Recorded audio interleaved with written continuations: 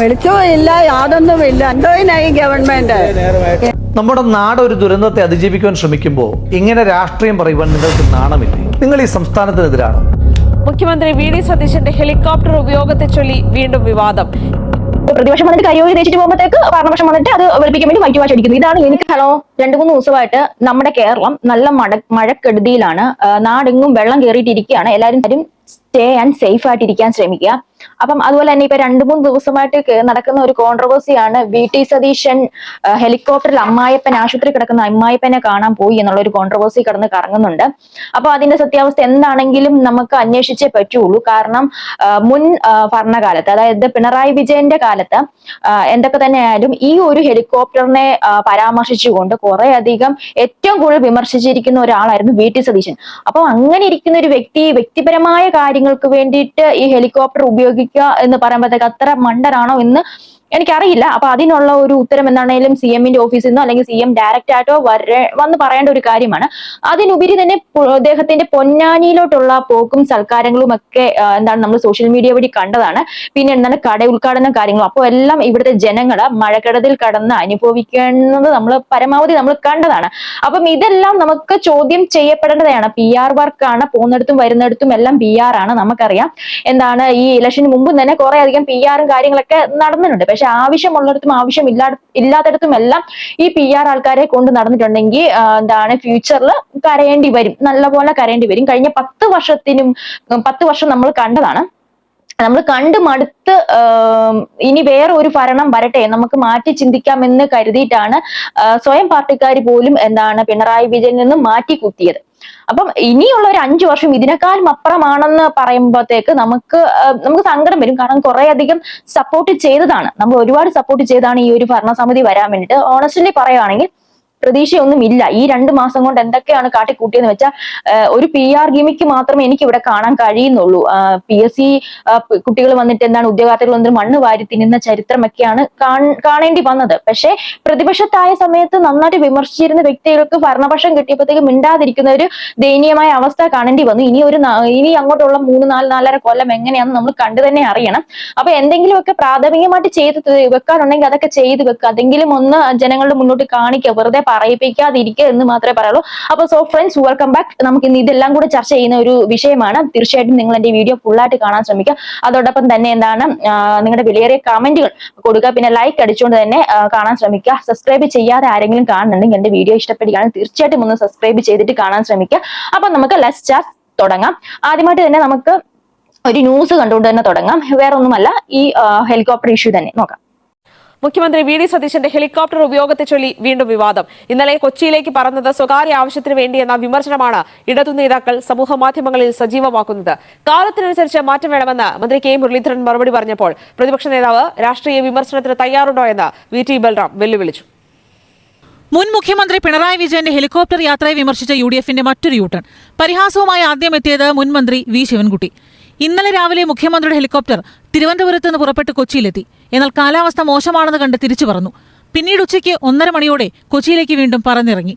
എന്നാൽ തിരക്കിട്ട ഔദ്യോഗിക പരിപാടികൾക്കല്ല, മറിച്ച് ഭാര്യാപിതാവിനെ കാണാനാണ് മുഖ്യമന്ത്രി വിമാനത്തിൽ വന്നതെന്ന് ഇടത് നേതാക്കളുടെ വിമർശനം. അപ്പം ഇതാണ് ന്യൂസ്. ഈ ന്യൂസിൽ ഔദ്യോഗികമായിട്ട് വിനിയോഗിച്ചില്ലോ എന്ന് നമുക്ക് ഇതിനകത്ത് പറയാൻ പറ്റത്തില്ല. അപ്പൊ വിനിയോഗിച്ചെങ്കിൽ ഏത് തരത്തിലുള്ള ഔദ്യോഗിക പദ്ധതിയിലാണ് ഇദ്ദേഹം പങ്കെടുത്തതെന്ന് വി ടി സതീശൻ സർക്കാരിന്റെ CM ഓഫീസിൽ തന്നെ അറിയിക്കേണ്ടത്. കാരണം നമുക്കറിയാൻ താല്പര്യമുണ്ട്. അഥവാ അമ്മായിപ്പന്റെ കാണാൻ വേണ്ടിയാണ് പോയെങ്കിൽ അതും അറിയേണ്ട അത്യാവശ്യം തന്നെയുണ്ട്.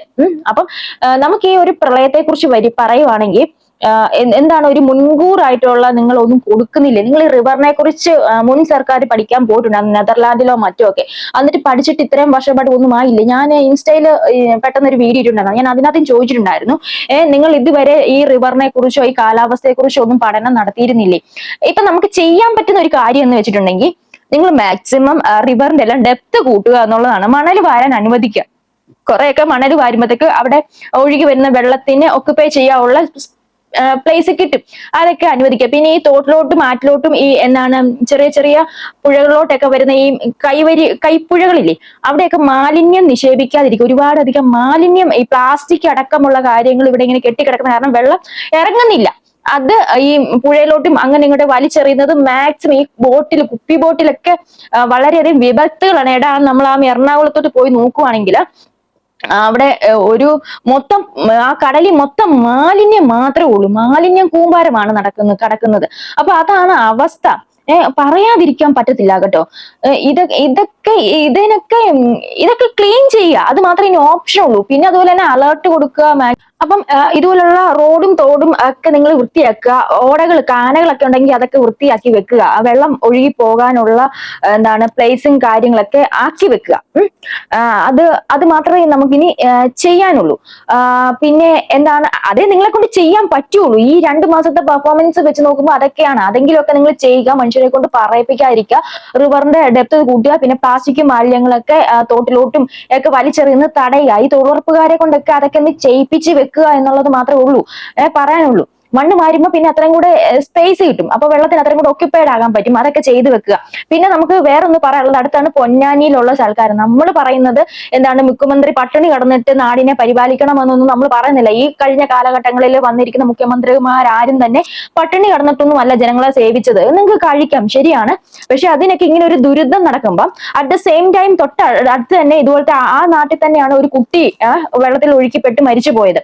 അപ്പൊ അതേ സമയം തന്നെ ഒരു PR വെച്ച് ചുറ്റുപാടും ഫുഡ് കഴിക്കുമ്പോൾ വരെ 4 ക്യാമറ വിളിച്ച് വരുത്തി വെച്ച് PR നടക്കുമ്പോൾ നിങ്ങളൊന്ന് മേക്ക് ഷുവർ ചെയ്യുക. അത് അവര് സോഷ്യൽ മീഡിയ കൊണ്ട് പബ്ലിക് ആക്കത്തില്ല എന്ന് മേക്ക് ഷുവർ ചെയ്യുക. ഇത് അവിടെ നിങ്ങളുടെ സന്തോഷവും ആഘോഷവും എല്ലാം അതുപോലെ പകർത്തിക്കൊണ്ട് സോഷ്യൽ മീഡിയ ഇടുമ്പോഴത്തേക്ക് ജനങ്ങൾ ഓഡിറ്റ് ചെയ്യും. ജനങ്ങളെ കുറ്റം പറഞ്ഞ കാര്യമുണ്ട്. അതുപോലത്തെ പരിപാടിയാണ് കാണിച്ചു വെച്ചത്.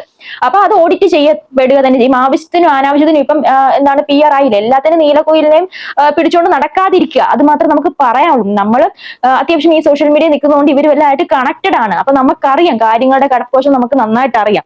അതുകൊണ്ടാണ് പറയുന്നത്. പിന്നെ അടുത്ത ഒരു വിഷയം എന്ന് പറയുന്നത് കടയുടെ ഉദ്ഘാടനമായിരുന്നു. അന്ന് ആ ഉദ്ഘാടനമൊക്കെ മാക്സിമം ഒഴിവാക്കേണ്ടത് ഉദ്ഘാടനമായിരുന്നു. അതിന്റെ ഒന്നും ഒരു ആവശ്യവും ഉണ്ടായിരുന്നില്ല.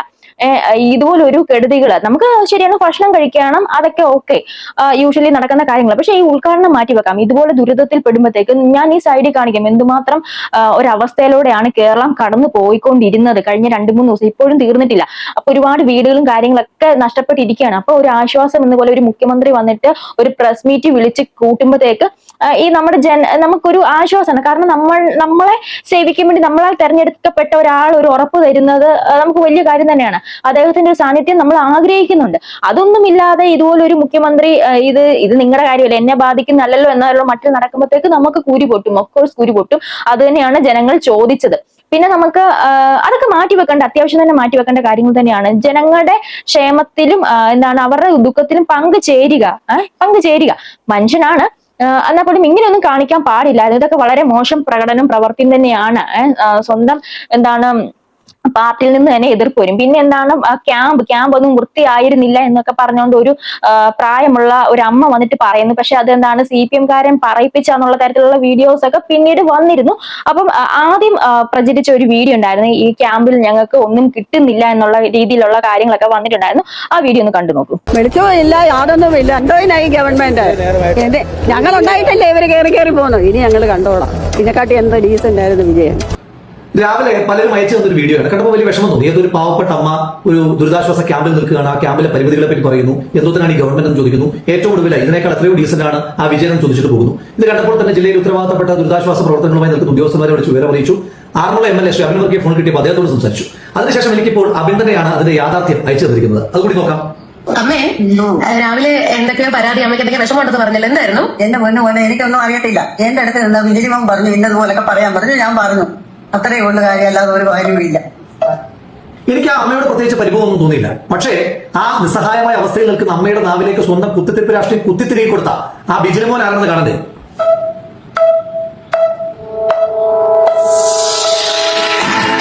അമ്പട കേമ സഖാവ് ബിജിലി കുട്ട കോഴഞ്ചേരി ഏരിയ കമ്മിറ്റി അംഗമാണ് ഈ ബിജിലിമോൻ എന്ന് പറയുന്ന ചങ്ങാതി. എന്റെ പൊന്നു ബിജിലി, ആ പമ്പയാറ്റിലൂടെ കുത്തിയൊലിച്ചു വരുന്ന ചെളി വാരി തിന്നാൽ. ഇങ്ങനൊരു വീഡിയോ ആണ് രാവിലെ കടന്ന് ഓടിയത്. ക്യാമ്പുകളിലൊന്നും അടിസ്ഥാന സൗകര്യം ഉണ്ടില്ല, വെള്ളം പോലും ഉണ്ടായിരുന്നില്ല. എന്നാൽ ഇത് അബിൻ വർക്കിയുടെ ഇടപെടൽ മൂലം ഇത് സംഭവം അന്വേഷിച്ച് വന്നപ്പോൾ CPM പ്രവർത്തകനായിട്ടുള്ള ഒരു വ്യക്തി പറയിപ്പിച്ചതാണ്. ഇത് രാഹുൽ മാങ്കൂട്ടം എടുത്തിട്ട് ഇപ്പം അലക്കുന്നുണ്ടായിരുന്നു വീഡിയോ എടുത്തിട്ട്. അപ്പൊ ഇങ്ങനെ ഒരു കാര്യങ്ങളൊക്കെയാണ് പ്രചരിച്ചത്. എന്താണ് എടാ ദുരിതം വരുമ്പോൾ അവിടെ രാഷ്ട്രീയം കളിക്കുകയാണ്. ദുരിതത്തിലും രാഷ്ട്രീയം എന്തെങ്കിലും ചെയ്തിട്ട് രണ്ടും കണക്കാണ്. ഞാനിപ്പോ വിചാരിക്കുന്നത് നിന്നതും വന്നതും എല്ലാം കണക്കാണല്ലോ എന്നാണ് വിചാരിക്കുന്നത്. രണ്ടും അങ്ങോട്ടും ഇങ്ങോട്ടും ചെളി വാരി എറിയാൻ പറ്റുന്ന സമയത്ത് ചെളി വാരി എറിയുന്നു. പിന്നെ അതുപോലെ തന്നെ വെളുപ്പിക്കാൻ പറ്റുന്ന ഒരു സൈഡ് ചെളി വാരി എറിയുമ്പോൾ മറു സൈഡ് എന്താണ് അതുപോലെ മറു സൈഡ് വെളുപ്പിക്കാൻ നടക്കുന്നു. വൈറ്റ് വാഷ് ഒരു സൈഡിൽ കരിയോയിൽ, ഒരു സൈഡ് വൈറ്റ് വാഷ്.